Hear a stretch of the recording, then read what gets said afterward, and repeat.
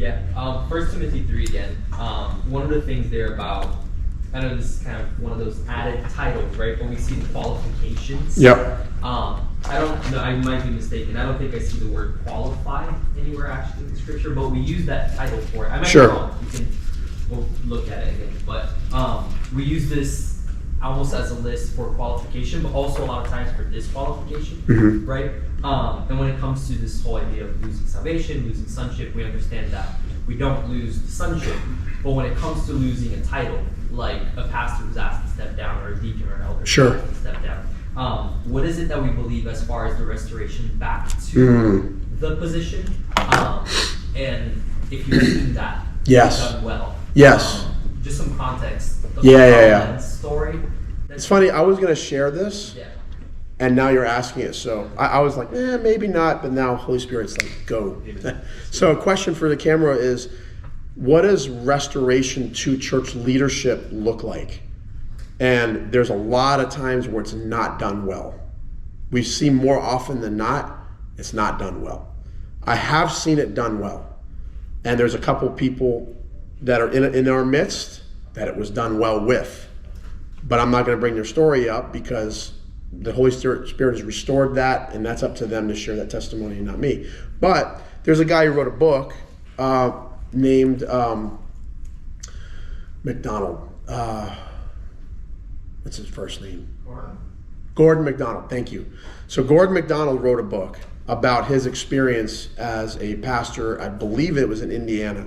And after what we went through 10 years ago with our pastor, the board flew this guy in to talk to our church leadership and talk about him and his wife were standing there. We didn't know who this guy was from Adam, but here's Gordon MacDonald, and he starts to tell his story. So Gordon MacDonald was a pastor of a big church in Indiana. Well known, well loved, so on and so forth. And then at a certain point in time, he and his secretary found themselves in a compromised situation, and he wound up having a thing with his secretary. And immediately he's like, I need to go tell my wife. So he goes, he was convicted. He goes, he tells his wife, and honey, I'm so sorry this happened, and there's no excuse, but I need to tell you. They then decide to go tell the board of elders. So now they go to the board of elders, and now he calls, there's just two people, these two of the elders on his board and his wife, he refers to in his book as his angels. All right, so these three people. So they tell the board of elders.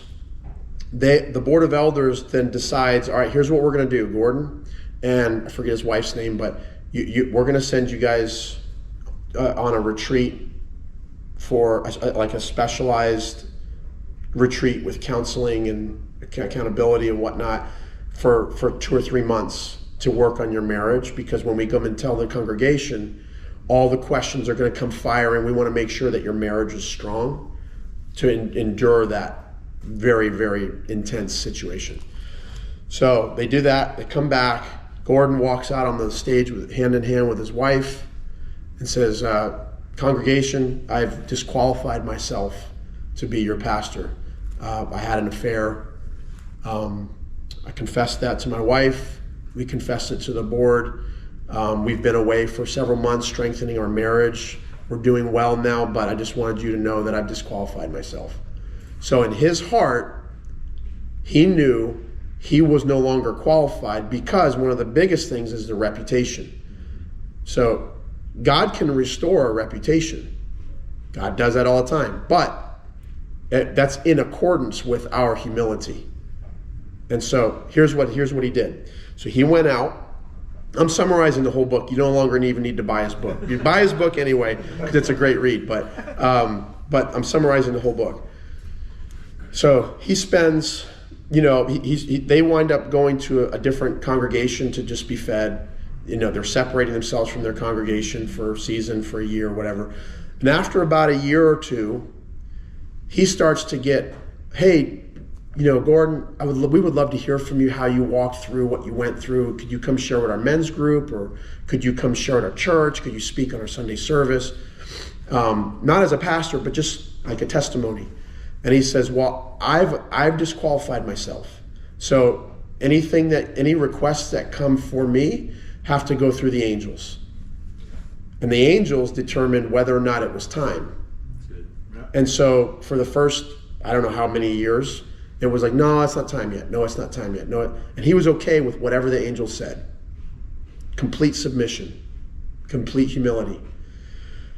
And then one time he got an offer to speak at a youth event on how, pastors are just humans too, or something along those lines.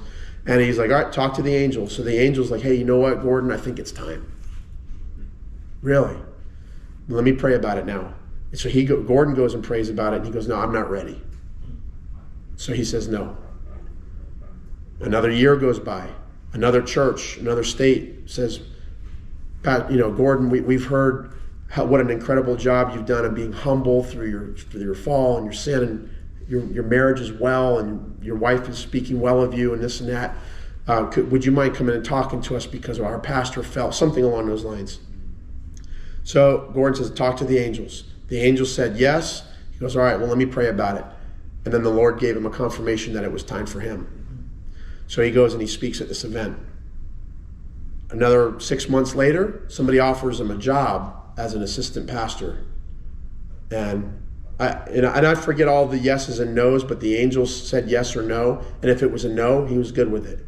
If it was a yes, now I'll pray and see what the Lord wants me to do. So the angel's job, or this would be congregationally, was to determine, is the Lord restoring this man's reputation? And as they're sensing what they're hearing from the body, they said, yeah, you know what? If he was restored, this would be like a glory story, because maybe there are people that were hurt, but we've ministered to those people. If you were to ask anybody in our congregation, they'd be like, you know what? He sinned. He repented of that sin. He confessed that sin. He wasn't caught. He didn't have to be drugged through a tribunal of, like evidences and all that. He didn't defend himself. He never showed pride, just humility. Like, yeah, we think his reputation is being restored. So he wound up becoming a pastor, an assistant pastor at another church, and did so for another decade or so.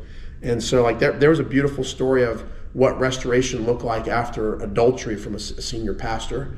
And I think I was so grateful that they had them come at that time, because we were getting the questions all the time. Hey, when are you guys bringing Bob back? Aren't you guys going to forgive him? Aren't you going to? And it's like, dude, it's been like 3 months. It's like, just shit. Like, let's pray for his family and marriage restoration and kids restoration and all that. Like, we got a ways to go. Like, it's not about us forgiving him. That's between him and God. We forgive him.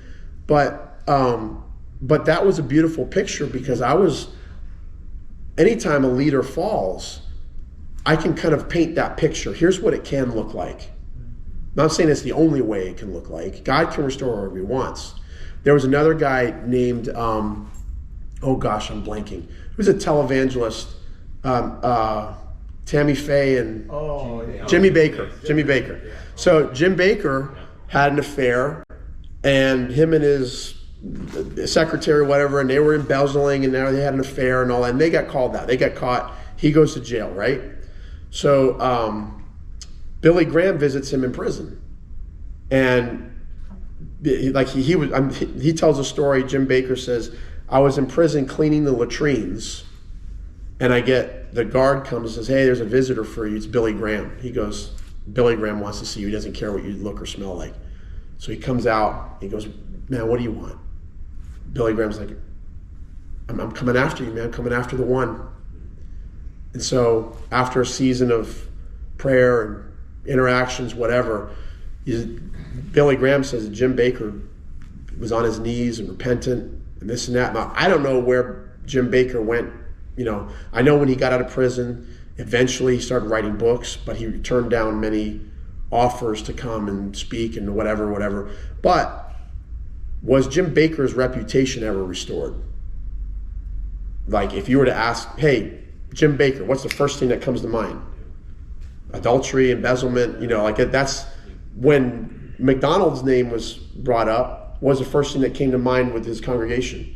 It's like, dude handled sin with integrity and humility. So like God restored McDonald's reputation because in alignment with his humility. But for whatever reason, and I think that's the more platform you get, the higher you are raised up by man, the harder you fall. There's a lot more to overcome in terms of restoring a reputation. The more platform and clout that you get, it's a lot harder to restore reputation. Especially when you're a pastor of a mega church and you fall like that, there's a lot more to restore. Yeah, so I mean, one of the things that I always encourage people, whether they're in sin and they're being challenged, or or they're just having a hard time with leadership, I would say, hey, did God call you to this church? And if so, if you leave staff for whatever reason, you had a rough thing with your manager or whatever, I always encourage people, stay coming to church here for at least 6 months before you bounce. Because the first thing is going to be like, man, it's going to be uncomfortable. I'm going to go to another church. My suggestion to that person, just stay. Let the people see you. Just dwell here. This is my people. Just because my position changed doesn't mean I don't love the people that God has called me to anymore. And so I haven't been through that, so I'm making that suggestion. Hopefully I never have to go through that, but that's my advice to people that go through challenging situations. Just stay, be loved on, and see how short people's memories really are. Especially if they see a transition. You see someone who's not prideful, and like, oh, I know that ministry. They humbling themselves. It's easy to see that. That's a picture of Christ. Yes. Humbleness. You know what I mean? So good. Very good.